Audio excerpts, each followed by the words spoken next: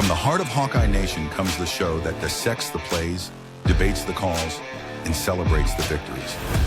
This isn't just a podcast. This is your unfiltered access to the mind of two diehard fans. They live and breathe black and gold, and they're here to give you the honest, raw takes you won't find anywhere else. Get ready for deep dive analysis, passionate debate, and a unique perspective on the team you love. This is Punting is Winning with JD and Keith.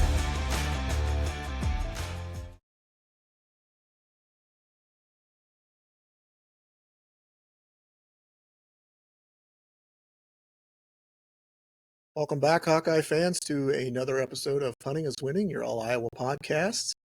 We are your hosts. I'm Keith. He's JD. Welcome back. Week one's in the books. It's one of those weeks where I think a lot of people feel like that was a win that was a loss to an extent, or a win that didn't feel like a win. I don't know. It kind of felt like it was the same old story that we've seen the last 5 years. Yeah, I would agree. And when the expectation was so much higher, and it just didn't. I just don't feel like the fans, maybe their expectation was not met, even with a 34-7 win. Yeah, we'll get into it here, but let's take care of some business first. Last week's question of the week: who do you feel will be the breakout player or players? You know, if you want to pick an offense, defense, whatever, however you want to do it. We did have some good responses. I know we had Max Llewellyn, Reese Dakin, Sam Phillips, Steph Anderson, Bryce Hawthorne, and Reese Bandersee. That obviously came prior to the injury, but you know, as we talked before we came on the air, there's still opportunity. They list him as day-to-day. I mean, it's a stress fracture in his foot. I think he's more than just day-to-day, but some people recover faster than that. I don't know. You know, if he, one of those guys, you know, I remember Jamal Lewis having a torn ACL, and he was like the quickest to ever come back from a torn ACL. Now, granted, he blew out his ACL in his other leg or his other knee like a game later, but he was able to come back. So, you know, some guys do heal faster than others. So hopefully it is the situation where, you know, maybe he gets back in 3 to 4 weeks instead of 5 to 6. That would be nice. Well, there is speculation. There is speculation I've heard about after the Indiana game. I believe there is an off week, and that they may try to get him back right after the Indiana off week, the week after the Indiana game. So it would be 2 weeks after Indiana. Yeah, that would they're going to need him. Sense as anything. Yeah, absolutely going to. You know, I think they do have depth at wide receiver, but I think every piece you need, every piece you have, you're going to need. And I don't think you want to say, well, you know, if there's one spot we can afford to have an injury, it's there, or it's at running back. You keep that mentality up, and then all of a sudden you're looking at, well, now you've got 2 or 3 injuries. Now you're really short on depth, and what do you do? Yeah, so, it's a long season. Yeah, everybody's going to be dinged at some point, a little bit here and there, whether it's missing a game or not missing a game, but everybody's going to be a little bit dinged. Playing injured. Anybody that plays, yeah, they're just going to play injured. A lot of them, you know, little things, broken finger, you can still play, or, you know, maybe you tweak an ankle, they wrap it up tight, you're in the next day, you know, or the next game. Those are things that you just play through. That's just just football. A lot of that depends on your toughness as well, you know. But anyway, let's ask the question of the week for this week, which is, give us your thoughts and predictions on the upcoming game against that other team, the team to the west of Iowa City. The team that we play at 11 o'clock on Saturday. Yeah, the one that will not be mentioned. Not this week, at least. No. Yeah, so there you go. There's the question. I'd love to see answers. I did see we picked up a couple of subscribers. I want to appreciate anybody that subscribes and anybody that watches. That always helps the channel, and we get out to more people. Let them see what this is about. Maybe they can vibe with us. Yep, absolutely. Well, let's get into the first game against Albany, or Well, UAlbany, as they yeah. kept referring to them. I got to get it out of the way right away. The broadcast crew sucked. They didn't do their homework. They just, I don't know. I feel like they mailed it in. It's like, oh, okay, whatever. But first game, whatever. This is a veteran crew. It should have been better. They should have known people's names. They should have been more prepared. It's their first game too, but by the same token, yeah, you've had a long time to get ready for it. If you've known that you're going to be in Iowa City for the first game, you've had more than a week to get names correct. Now there's a few things that were brought up that I was like, what? Yeah, like he had an Iowa player. An Iowa player had the same numbers as a UAlbany player, and they were constantly getting them backwards. Yeah, I know they called their linebacker Jaden Harrell when we were on offense. And I was like, these guys. Yeah. Anyway, that's nitpicking a little bit, I guess. Yeah. So initial thoughts on the UAlbany game. I want to get your initial thoughts first. I'm just gonna go on a broad basis here. A running game looked fantastic. Kicking game looked fantastic. Basically, the special teams looked fantastic. And in the second half, I thought the defense looked really, really good. Mm-hmm. They cleared up some things that were happening in the first half. That was not real surprising based on who we were playing, because I thought the defense would probably keep them pretty in check for the most part. What did surprise me was that drive that UAlbany put together. I believe it was in the second quarter when they took the lead. It might have been towards the end of the first quarter, but I think it was early in the second when they got their touchdown. That surprised me how easy it seemed like they were coming down the field, making good passes and completing those passes, and seemed like they were picking on TJ Hall a little bit. I think that kind of he got shored up a little bit in the second half. There were some mistakes made as far as pursuit of ball carriers when the quarterback would pull the ball from the running back and run around the corner. I think Iowa bit on that way too many times. They did shore that up. They didn't happen in the second half. Didn't seem like early in the first half we had the pressure that we maybe needed to, and I think part of that maybe was the fact that quarterback was a runner and could take off on us. So I think they were a little kind of taken aback by his running ability, and I don't think they saw that because they didn't really know this guy was going to come in. They didn't really have much tape on this guy, so they didn't know what he was really about. And when he ran off a couple of nice runs around the corner and took off on him, it even fooled the TV crew, because they were following the running back when the quarterback had the ball, and fooled me a couple of times because I was watching them get the running back behind the line. I turn around, I'm like, oh, a running back doesn't have the ball, the quarterback does, and he's running around the corner for 15 yards. That they were very good about that, and I think that's something that Iowa has not seen. But we'll see going forward. I know this weekend they'll see that. I don't think that Iowa State's quite like that anymore. From what I've seen, more of a traditional drop back style, less of that RPO style, but they still will pull that in there, because I just don't think Beck is a much. I mean, he can run. He's not like Spencer Petras of a statue back there, but he's not.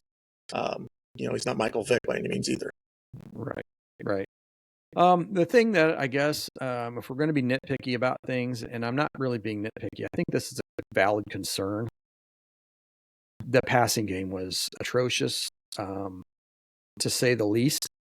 8 of 15 for 44 yards from Mark Gronowski and 1 of 1 from Hank Brown in the game. That is concerning to me.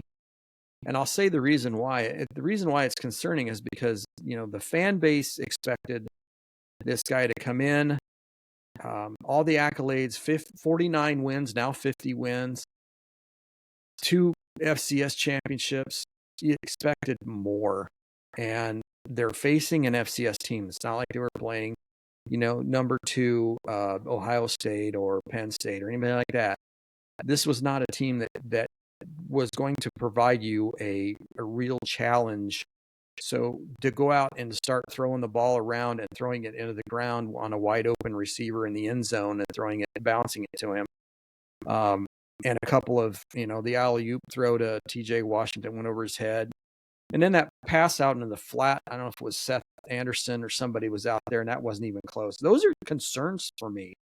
I realize, he made the excuse or made the reasoning why he felt is that he was amped up or jittery or was so keyed up that he wanted to make sure he didn't make a mistake. I get that. I understand that. But you've played, up to that point, you played 55 games. You were 49-6 before that. And you're a senior and you came back. These are things I would expect from a redshirt freshman that had not played the year before. I would expect those things. But this is not something I would have expected from a guy that's got 55 plus games under his belt. That's my observation. I hope this gets shored up. I am a little concerned that this may not get itself shored up. I just hope that we're not looking at another what we've been seeing in the last 5 years. I don't want to see another Deacon Hill. I don't want to see another Cade McNamara that can't lead the team. I hope this gets shored up soon. It just bothers me right now sitting here. And maybe after Saturday, this next week, maybe it'll all be in the rearview mirror and we're all back to good again. But right now, I'm scared to death. We can't throw the ball again. The little brother's going to stack the box on us. And, are we going to be able to run against a 9-man front because we can't throw the ball? That's a concern. Yeah, I understand the concern. I think we just need to pump the brakes just a little bit. Understand that first game back, coming back from an injury, we don't know how serious that real injury really was. It sounds like they made it out to be fairly minor. I don't think the injury is the issue. I think it's mental as far as him trusting himself that his passing is strong enough in those situations. I think, we talked a little bit about it before, talking to people and saying there were guys open down the field and he just wouldn't pull the trigger on it. And I think it was more a matter of, and this is just speculation on my part, he didn't trust himself yet. And I think as he started to get a little bit more comfortable, if he hadn't cramped up and they hadn't kind of, I think Kirk took the reins and reeled things back in, basically said, hey, we're running the ball down their throat. We're just going to continue to do it, which, like you and I talked, that's a missed golden opportunity to work on a passing game that's suspect. When Hank Brown came in and midway through the third quarter, almost 5 minutes left in the third quarter, I thought, okay, great. And they let him throw one pass.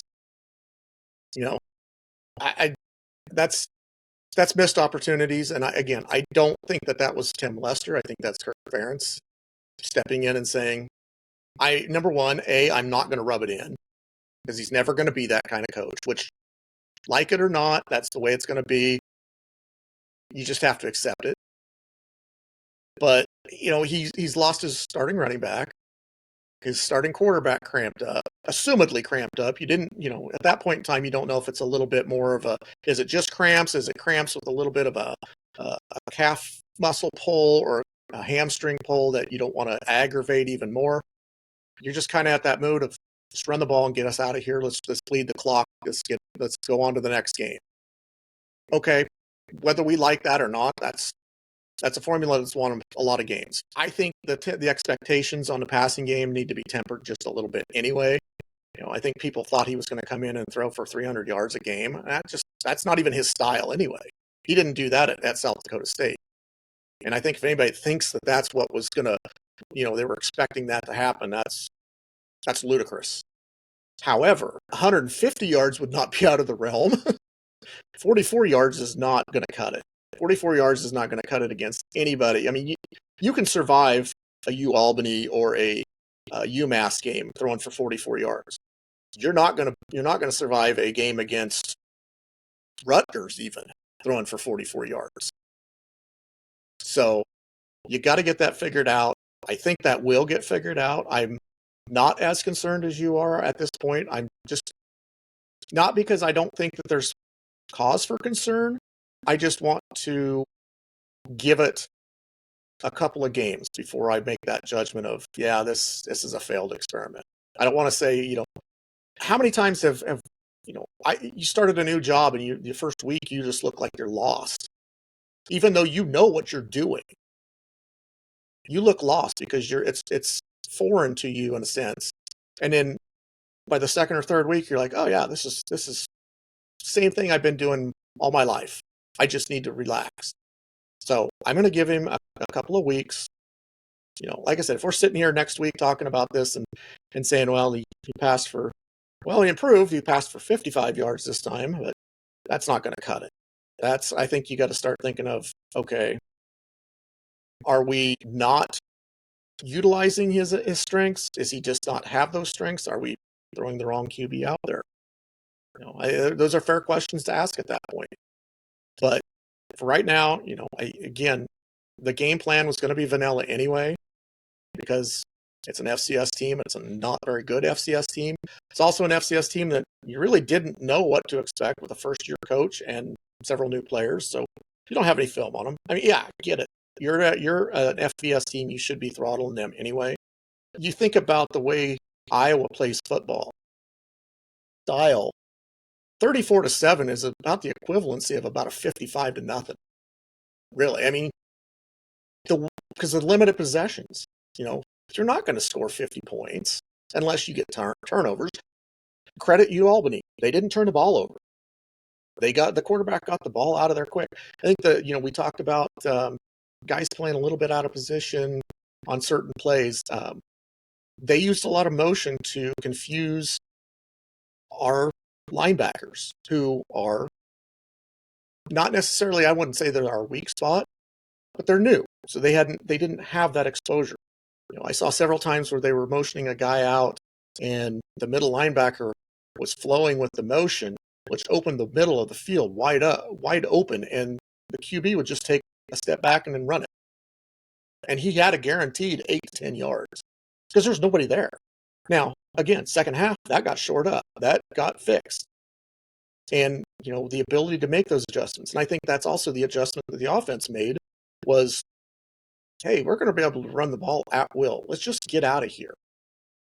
And, and the positive side of what I did see, and I, this is, as some people might say, this is putting polish on a turd, but he did finish 6 of 7 to finish out his game. And we don't know, was he starting to get into a groove and then the cramps happened and, we don't know. Could he have gotten more play and gotten better and shaken the rust off, whatever?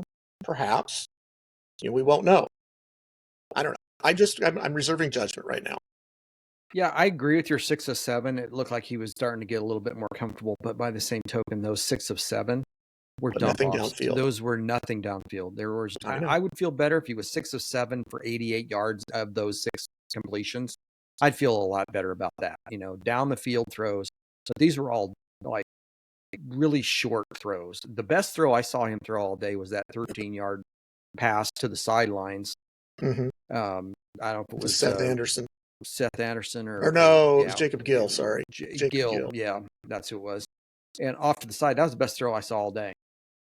And, even that little 2-yard drop to Weegan in the end zone, I think it looked harder than it was. I mean, it looked like it was there. Don't get me wrong, but I just thought it could have been a little bit easier for a throw that short. Well, but he made the catch. And like we said, this is game number 56 for him. If he's won 50 games. Yeah. He clearly knows how to win. He knows how to adjust. I think we'll see an adjustment. Now, how much of an adjustment? I don't know. If we're still sitting here talking about throwing for under 100 yards against Iowa State, then, we better come out against UMass and throw the ball every single play to work on it. Yeah. Because you're going to need it against Indiana. You're going to need it against anybody in the Big Ten. There's that argument about, Iowa played such a vanilla offense. Well, hey, you know what? That's fine. Maybe they did. And I said that earlier last week. I said, maybe Iowa won't need to even take the playbook, the entire playbook. They'll leave half of it in the locker room before they don't even need it. But by the same token, if you're running a vanilla offense, it seems to me like those are going to be basic routes. Those are not going to be anything special. You're just going to go out and run your normal, mundane offense that you run daily. Everything that you run on a consistent, repeated basis, you should do it better than what you did. So let me ask you this question. Put yourself in Gronowski's shoes, okay? Just throw a hypothetical out there. You've been going up against a pretty decent defense in practice. The throws that you had that were open got closed on too quick during practice, so they weren't there. So do you think maybe he was hesitant to throw them because of what he's faced in practice, that he's like, I don't trust it yet, but yet you're looking at the quality of athlete being lesser, and you should have thrown that? Well, I'm going to answer your question with an observation. I believe that the reason why we saw Mark Gronowski is indecisive and going to short passes over something with a little more zip downfield is because I think he felt like he has been going against the Iowa defense all fall. He didn't have a spring at Iowa, but all fall. And so he felt like his clock was much faster than he had against UAlbany, who didn't rush like the Iowa defensive line would on a normal day. So when you think about it, he's thinking to himself, I've got to go through my reads so much quicker because we're at this level. Well, he really wasn't playing at an FBS team. He's playing an FCS team. So Iowa offensive line actually did a fairly good job of holding back the pressure. The only time he ever really got rushed was when they put on a blitz that wasn't picked up. So my thought is that he was rushing through his reads. He wasn't staying with receivers long enough. He felt like there was more pressure than there really was. And I think that all is a situation where down the road, yes, you're probably going to need that quick decision making. But I think this game, I felt like he rushed through it too quickly. He had more time than he thought. And he should have stayed with a specific read. Let's say his primary read. I think sometimes he looked at it and turned away too quickly. I think that would open up later. And if he'd have just stayed with it, he probably would have had an opportunity for a long completion. But he moved on so quickly because he just felt like that timing in his head, I got to get rid of this. And I think that was because of the practices every day that they're saying, 1, 2, 3, get it out. Well, that's kind of what I was alluding to. Yeah. Well, I guess we said the same thing, but differently. And that's what I think was happening, is that he was just rushed a little bit too much. And I felt like he was being rushed when he really wasn't. His internal clock was saying, I got to get the ball out in 2 seconds, when in reality he had 3.5. Yeah. So he was making snap decisions and dropping it down to dump offs or the third option that is a shorter route that they can run. But I felt like that was kind of what I was seeing, was he was just so amped up and he so had to make the correct decision and didn't want to make, like you said earlier, didn't want to make a mistake and draw the ire of the Iowa crowd. Yeah, I made a comment about it earlier.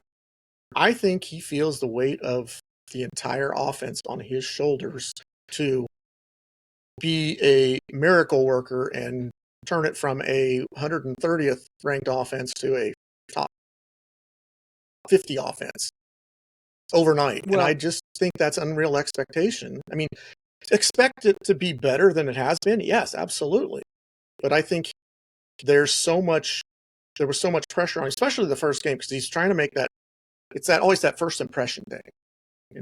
Everybody wants to make that best first impression. And I just, I feel like he tried too hard. And like you said, he was a little rushed. He didn't set his feet on throws. He anticipated pressure that wasn't there. I think those are things that as he sees him on film, he'll be like, oh, God, what was I thinking? He's a smart kid. He's got a master's degree from SDSU. So he's clearly not dumb. He'll figure this out. Yeah. Well, and talking about the world being on your shoulders is, maybe the Iowa fan base has put so much pressure on him through the media that he is the savior He is the next great quarterback that Iowa hasn't had for the last 6 or 7 years. And that's an awful hard thing to have, Absolutely. basically to live up to. And, and I think he didn't want to let people down. He didn't want to basically go out and do what has been happening the last 5 years. Now, if this continues, then we got to look at something. We got to look at, is this the system? I wouldn't think so, because we've got a different offensive coordinator than we had 2 years ago. We've got a different quarterback each year since, Petrus, then you had McNamara, then you had Deacon Hill, then you had Brendan Sullivan and McNamara again. And then, they're all different. Lina's in there a couple of times. But you're still having the same issues. Then you have to look at what is the common denominator of this whole deal. If we're having problems throwing the ball and it's not, the offensive coordinator is different, the quarterbacks are different. Is it the system? It's not, because there's an all new Shanahan offense, so that's different. What is the consistency here? What is the determining factor of why this is happening? Yeah, I don't know. I wish I could answer you have that. To start looking at the top, don't you? Mm-hmm. And I'm not going to say that he needs to go or anything like that, but I'm just saying, are we not looking at the quarterback evaluations correctly? Is somebody taking the word of someone else? I don't understand.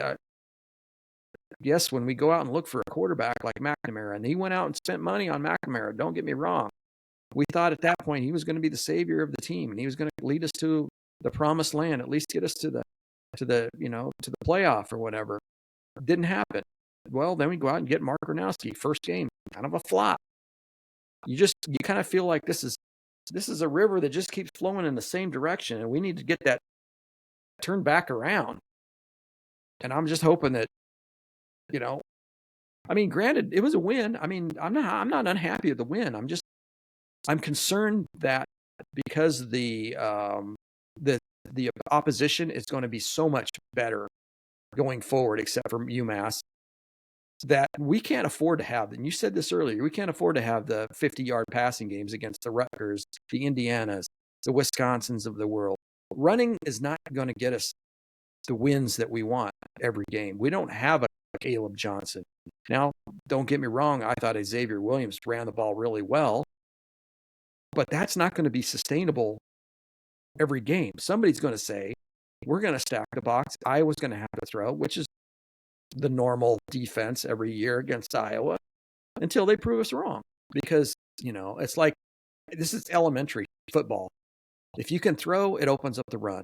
If you run, it opens up the throw, the pass. At this point, I see the running. I don't see the throwing. And people aren't stupid. They're going to say, if we can shut Iowa's run down, we got Iowa stop. The optimist wants to say, maybe they were just playing possum this week. Not saying that that's the case. Yeah. I don't know. What do you think the receivers feel like after week 1?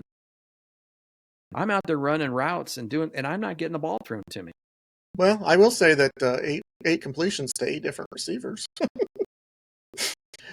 But yeah, I get what you're saying. There's really no way to sugarcoat it.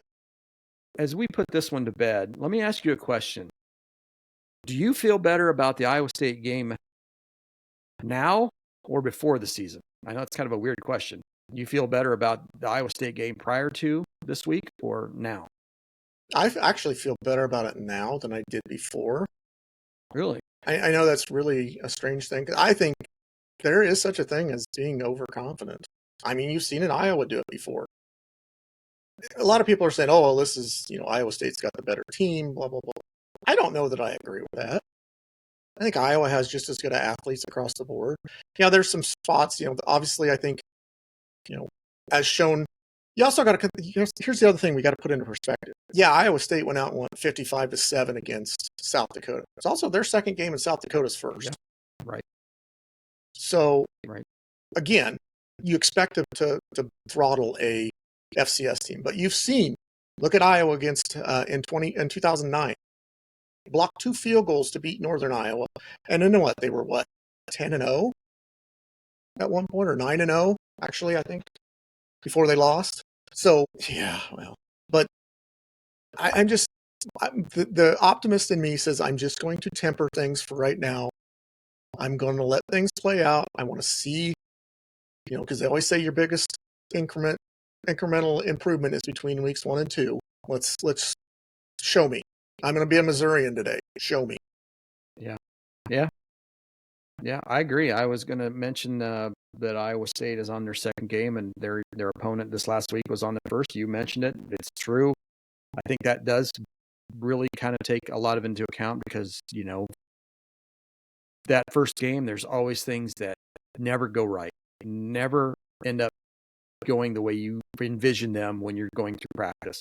Somebody gets hit, something happens, the ball comes out of the hands of the receiver, and it falls into somebody else's lap. It's just there's so many things that just are so unexpected with that first game that the second game things get shored up.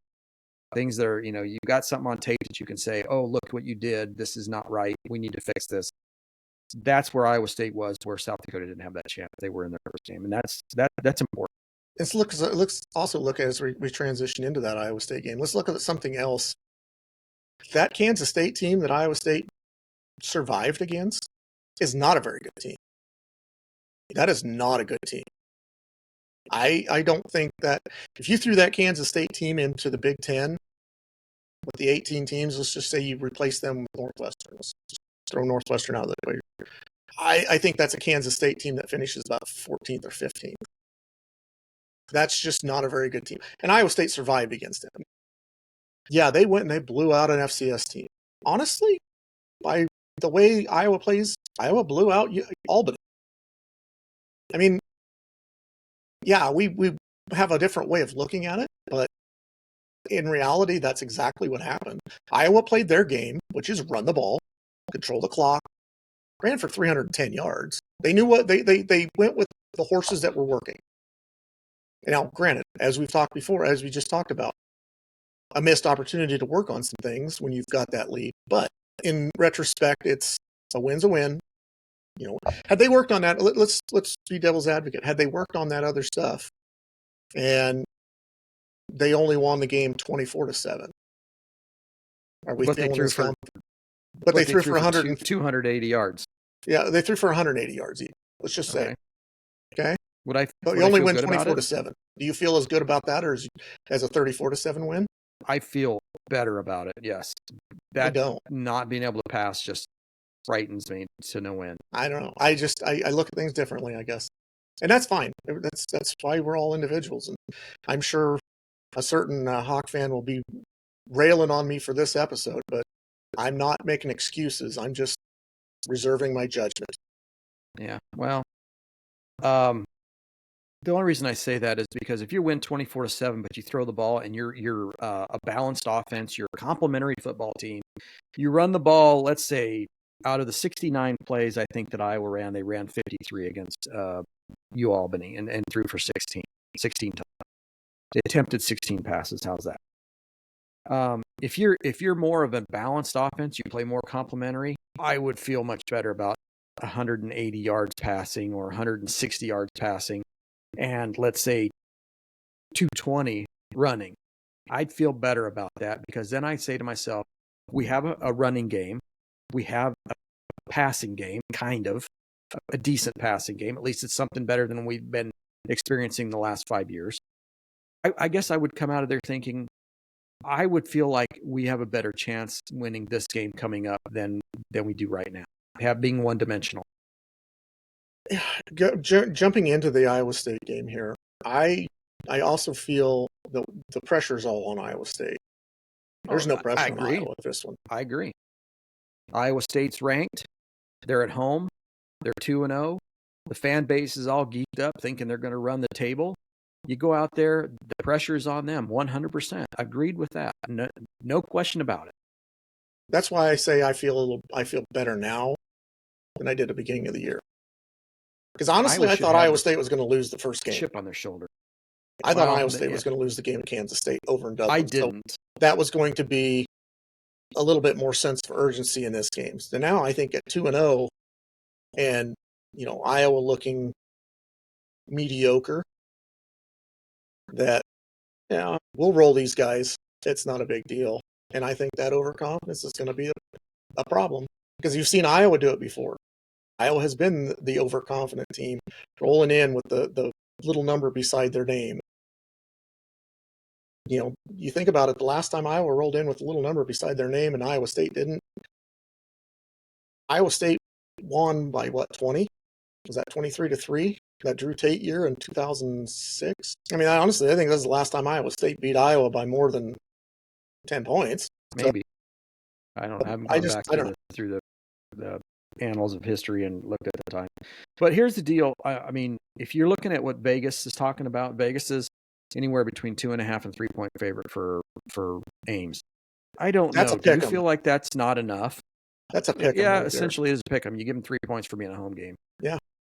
I think that means either that or the bettors are trying to, or the odds makers are trying to get the money on Iowa State. No, I think they're trying to get money on Iowa because they're putting it low enough that they want people to say, I think Iowa could win this game. So they put it at such a low number.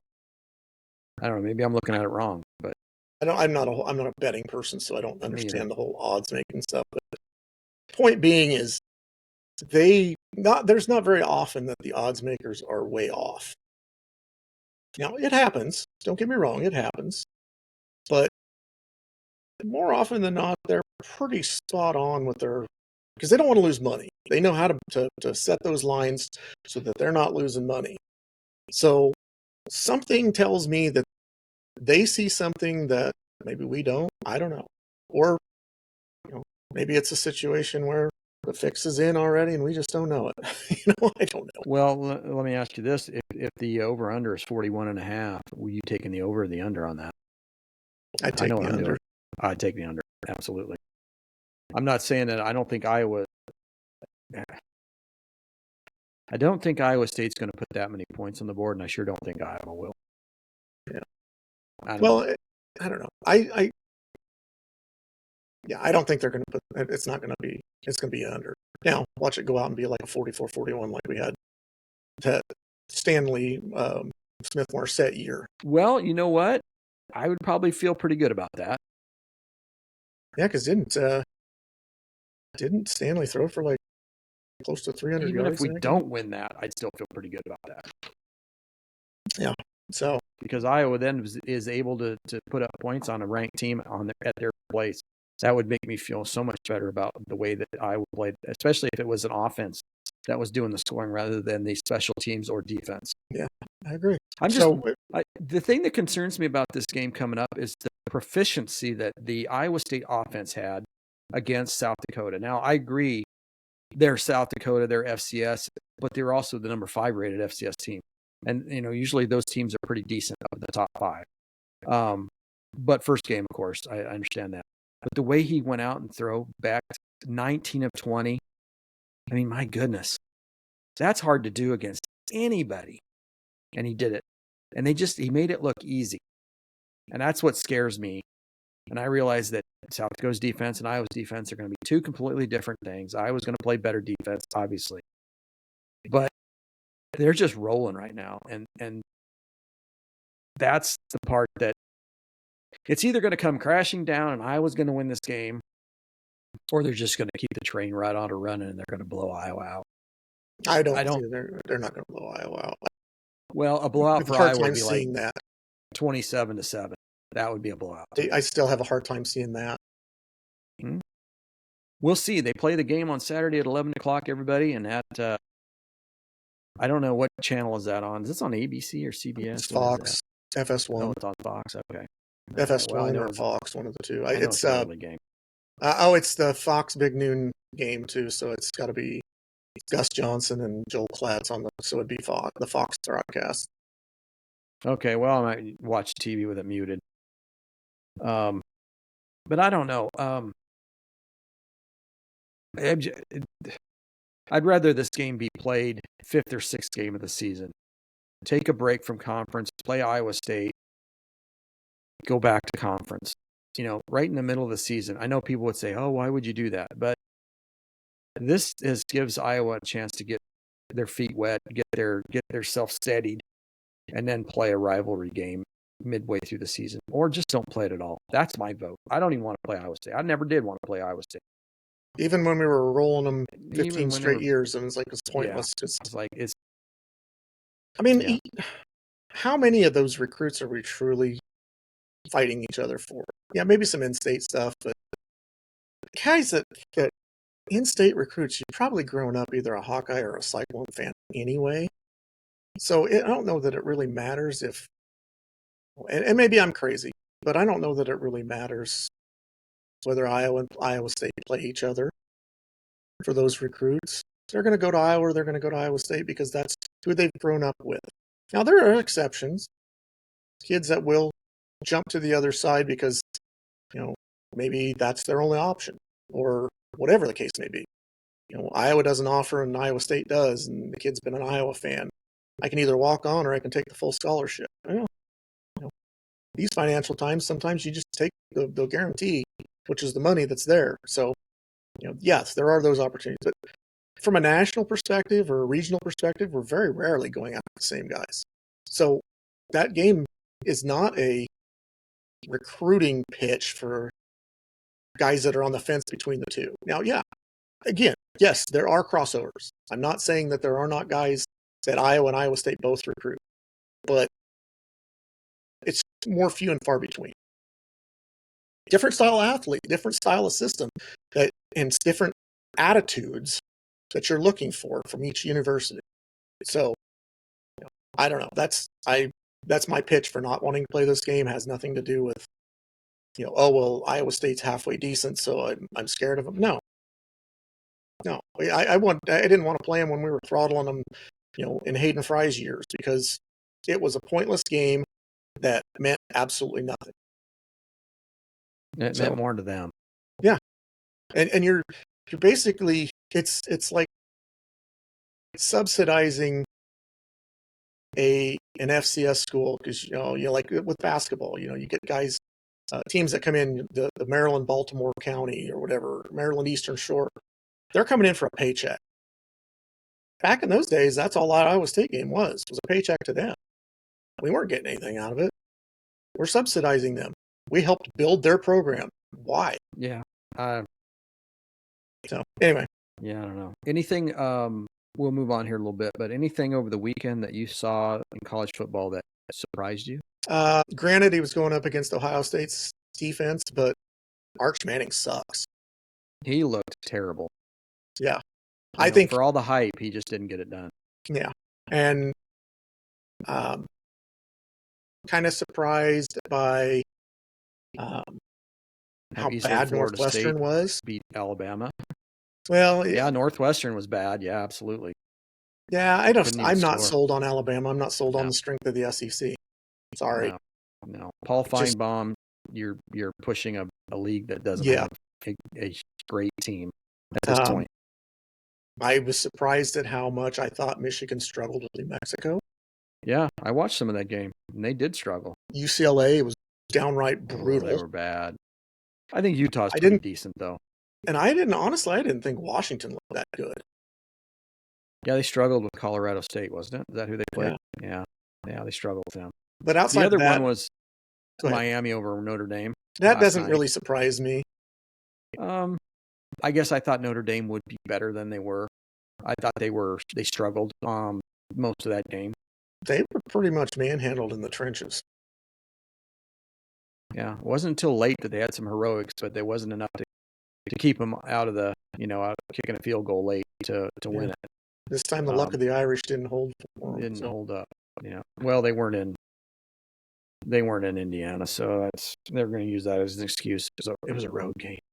Yeah. First game of the season.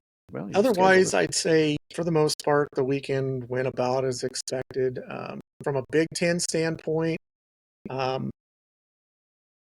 thought Indiana struggled with Old Dominion. I didn't think that they looked all that great against Old Dominion. Rutgers, they won 34-31, but it wasn't. If that game went another quarter, I think Rutgers would have lost. Yeah. Wisconsin. I thought Maryland looked really pretty good. They had 6 interceptions. That helps. Yeah. But I thought they looked pretty good. I didn't expect them to roll like they did. I thought they'd have a little more trouble. In fact, I think I even had them getting beat in the first game. They rolled. I didn't think Nebraska looked very good against Cincinnati. I mean, they won, but Cincinnati's a Midland team. Yeah. Illinois looked State pretty good. Boise State is that was an exposure. Yes. Illinois looked good. I think they struggled. I don't want to say struggled, but they started a little slow, but then they pretty much poured it on. I'm just kind of thinking from a Big Ten standpoint. USC wasn't overly impressed Missouri with State. Yeah, that's like you said, Baltimore and Baltimore County guys going out there looking for a paycheck. Yeah. I didn't even think about that game because it was like that is Lincoln Riley being the bully to step on somebody's throat and just want to just keep beating on them. Again, whatever. If that's your style, if that's how you want to do it, that's fine. Those games don't excite me. There's 73 points scored, but that doesn't excite me when you're doing it against a highly, highly inferior team and you're just basically, it's like pummeling on your little brother. Minnesota, I didn't think looked that good to start with. They had a very weak opponent. Yeah, here's one. Wisconsin lost their quarterback for an undisclosed amount of time. The guy they got from Maryland. I don't think Wisconsin's going to be that good anyway, so I don't think it really matters. But that might be the difference between 3 wins and 2 wins. Penn State, it was just workmanlike. I didn't really pay close attention to it. I was surprised at how easily Purdue won. Ball State, 31-0. 31-0. Yeah. Who else did we have? Michigan State didn't look all that great against, was it Western Michigan? They did look pretty decent in the first half, but then they just kind of folded in the second half. It's like Western Michigan made some adjustments that Michigan State didn't expect, and they didn't do much in the second half. They didn't need to, but by the same token, they didn't. They were up decent in the first half. I think that pretty much covers the Big Ten, doesn't it? Oregon, Oregon throttling Montana State. That's Montana State's what they were in the championship game last year. Yeah, but Oregon is expected to be in the top 5. When new rankings come out, who knows? And again, like I said 2 weeks ago, I think that rankings at this point in the season are worthless and pointless anyway because you're speculating. Oh well, this is a top 5 FCS team. Well, are they really? We don't know. We'll see. I mean, look at Alabama. They were rated in the top 8. I believe were they 8? And they went out and just got destroyed by Florida State. It wasn't even that close. A Florida State team that went 2-10 last year. Yeah, 2-10 on Florida State team. Yeah. So, yeah, I'm nothing else really surprised me. I think Kansas State and North Dakota or whatever they had to come out and win it in the last minute. Yeah, we're talking North Dakota, not North Dakota State. North Dakota. Yeah. The Fighting Sioux. Still. I mean, that's an FCS team. You should be able to take care of it. But it's also their second game. Kansas State's second game. Yeah. North Dakota's first, playing at home. Did I see Army got beat by some FCS team? Oh, I hadn't even paid any attention to the military. Yeah, I think Army got beat by somebody in double overtime that they were not supposed to lose to. I want to say somebody like High Point or the Citadel. Something similar to that. You'd have to look that one up. What are they? Conference USA now? I think so. I just have to look up Army. No, they are not Conference USA. They might be AAC. Tarleton State. They lost 30-27 to Tarleton State. Well, that was Tarleton State's second game too, by the way. But inexcusable. Yeah.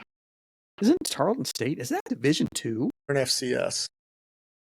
But they're fairly new FCS state team. They're not like an established FCS team.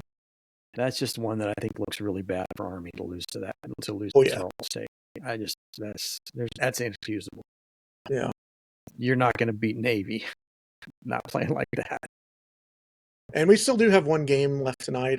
Was it North Carolina and who do they play? Yeah. North Carolina and not Boston College, is it? TCU? TCU, yes. 7 p.m. Yeah, that'll be We'll interesting there too. We'll get to see the old ball coach, see what he can do with North Carolina.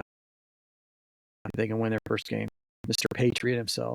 Yeah, I'm just kind of looking through some of the games that I had missed. Teams that struggled. Oklahoma State against UT Martin. That's 27-7. How about Wake Forest 10-9 over Kennesaw State? Yeah. How about Georgia Tech beat Colorado the other night? Well, that's great. Yeah, I couldn't say that was a good shot. I love that. Yeah, that was a good deal there. Yeah. I don't know. Anyway, do you want to try to put a prediction out for the game Saturday, or you're gonna abstain from that? Huh? I'm gonna hold out. Like I said, this is the one game out of the year that, honestly, it's the one game that I would miss if I could. Watch. Yeah, just because I don't like to have to listen to the blowhards that that other team wins the 10 games for the first time in their school's history, and they're all of a sudden they're the best thing since sliced bread. They're the team of the state, and Iowa is just the little brother now. Act like you've been there. I mean, I know you haven't. When you've pretend like you've been there. Yeah, when you've actually done something, come back and see us. You've won 11 games 1 year. Yay for you. We've won 12, and we went undefeated in a regular season that year. Still can't, that's you haven't topped that yet. So there you go. And honestly, your 11 wins was a gift because we had Cade McNamara. Otherwise, you would not have had 11 wins. So anyway, I digress. That was your freebie. You can have it. And a game you won 20-19 against a very poor offensive team. Oh, what did you think of that 63-yard field goal? I mean, a kid kicked it and had room to spare. I heard about it. I didn't. Yeah, you're seeing kids kicking like, Drew Stevens 55-yarder, and he hit it way up he probably could have hit it from 65, that somebody said. I don't know, 65, that's a little bit further. I mean, obviously, but there's a lot more variables that go into it at 65 than there is at 55. I mean, yeah, it's most kickers, it incrementally gets much more difficult every yard after 55. Just like hitting a fastball, every mile per hour above 88 gets incrementally harder to hit till you get to 100. Then it's just almost impossible. I mean, there's a few people in the world that do it. So here's my take on it. You kicked that field goal in a game that there was no pressure on you at that point. Right. Kick again, no small feat to kick a 63-yarder. No. You had to make it anyway. But right. Let's see you do that in a game where you have to make that to win a game.